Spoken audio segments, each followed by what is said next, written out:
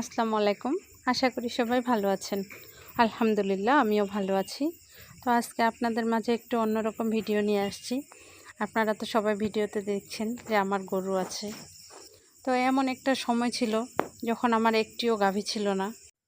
আমি মনে মনে ভাবতাম যে কবে আমার একটি গাভী হবে, আমার নিজের গাভী থাকবে, আমি নিজে বলতে পারবো যে আমার গাভী আছে।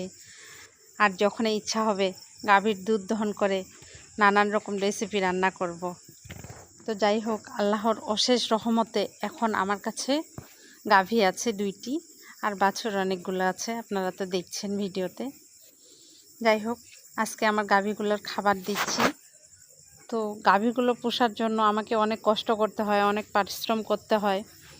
যে কোনো সফলতার অর্জন করতে হলে অনেক পরিশ্রম করতে হয়, সবাই তো জানে, এর মাঝে তো বলার কিছু নেই।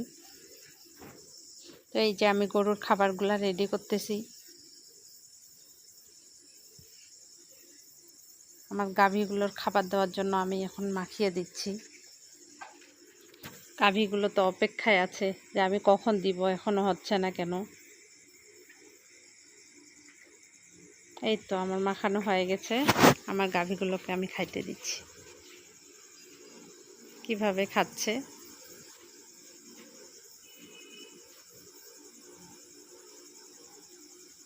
এই যে আমার গাভীগুলো কত সুন্দরভাবে খাচ্ছে। তো আমাকে আমার এক ভাই বলছিল যে আপু, ভালো থাকার জন্য সামনের দিকে না, তুমি তোমার পিছনের দিকে তাকিও, যে তুমি পিছনে কি ছিলা আর এখন তুমি কি হয়েছ। তো আমি সেটাই চিন্তা করতেছি।